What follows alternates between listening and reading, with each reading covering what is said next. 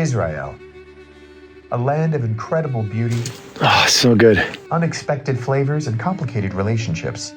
An oasis rising from the desert, the epicenter of the juggernauts of monotheistic faiths, and a relatively recent yet long-awaited homecoming for a diasporic people who are scattered across the globe for multiple millennia. It's also where I grew up. And since I hadn't been home in 2 years because of the pandemic and Passover, my favorite holiday, was just around the corner. We figured for a brief couple of months, it was time to go home. It's all beginning. Yep. I'm now unemployed. I have no jobs. I have hopefully enough money to get us through. And now I just get to do this. Not nap, but I could live here. It is 1 a.m. Good night. Good night. What did I miss while I was gone? There she is, my hard worker. Sending one more email. All right, and then we're gonna go where? Shuk? Yes. Look at me, I'm learning Hebrew. Shuka Carmel. Shuk like Carmel? Yes. Shuka Carmel. See? Yeah. I could live here. For those of you who haven't been to Israel, you should know we take our food very seriously. So what's on this? Fish. Fish. The freshest ingredients made into the freshest dishes. Better served immediately after they're prepared, and lots of fresh veggies. We do cook them, but we love the crunch. Tacos in Tel Aviv. We could have a whole episode called Tacos in Tel Aviv. It would be this short. One place. Orange pomegranate, lemonade, mango orange, carrot ginger, mango, pineapple, passion fruit banana, strawberry banana, mango, pineapple, passion fruit banana with pomegranate. Oh my God. Yeah. I think that one. Welcome, sir. Okay. Come on. I made it last week, okay? Perfect. And bread. All kinds of bread in various shapes, sizes, and flavors. We could eat it all day, but we only had until sunset because all risen dough is forbidden for Passover. Challenge accepted. But yes, my FOMO is ridiculous. And that's why I love traveling. Because I feel like there are things happening all over the world, and I'm missing it. So I'm going everywhere. All the time. Often.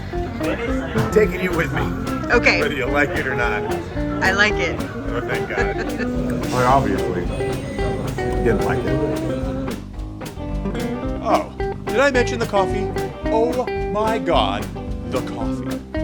How do I say coffee with almond milk? Im halav shkedim. Cafe in Chalav Shadim? Shkedim. Like Skid Murray, kidding, Skid Murray, skidim, yeah? All right. Shkedim. And with a full stomach, it was time to pick up the car and head to Yodfat in the north of Israel for the biggest feast of the year. We may not have thought this one all the way through. So explain to me what happened. Everybody cross your fingers. Nothing. My wonderful friend Gilad, We had to find jumper cables. who was letting us use his car for a month. Looks like Maya and I don't need a 1981 Ford F-250 to break down. Sometimes a newer car works just fine to not work. 3 times the charm, honey. One more time. It turns out that Israeli cars, in order to prevent theft, you gotta punch in a code. We didn't know the code. Hell, I didn't even know you were supposed to put in a code. She did. I forgot. Sorry. So now I called him when it's nearly 7 a.m. in California. He very graciously told me what the code is.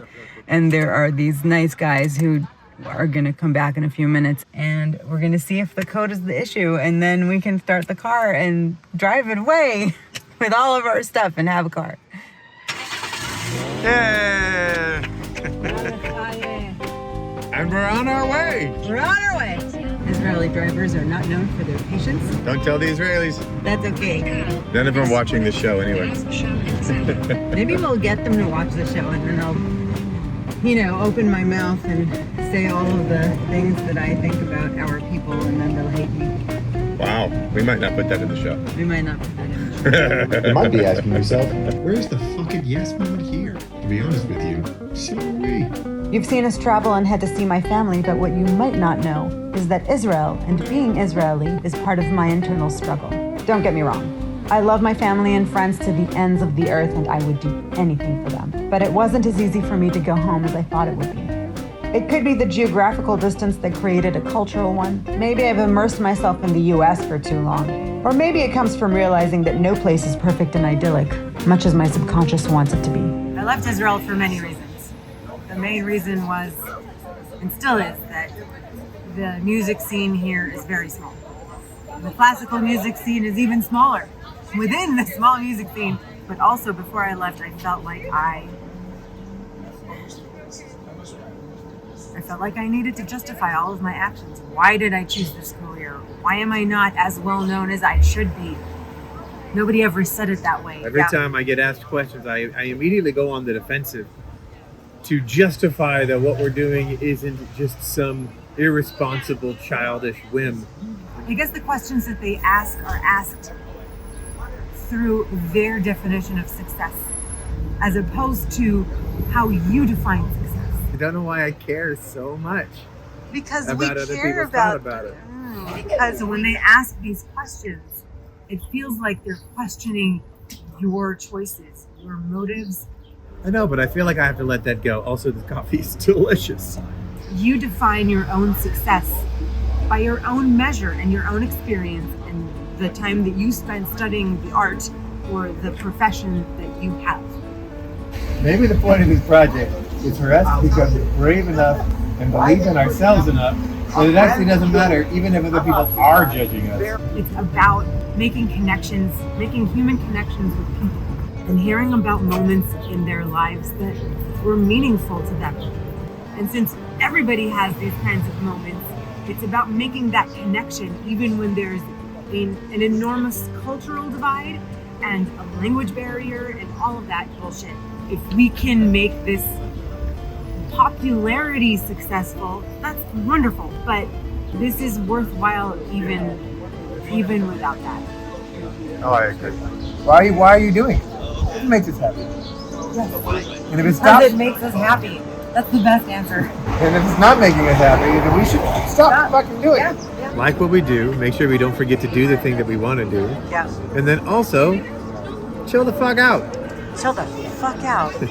Family, tradition, and community. That's what it's all about. It's the core of what I needed. And I hadn't been at Passover Seder in Israel in 8 years. It was magic.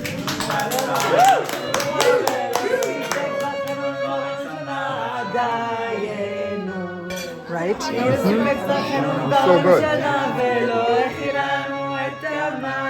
ימי חייך הימים, כל ימי חייך דיינו, די דיינו, די דיינו, דיינו, דיינו, דיינו,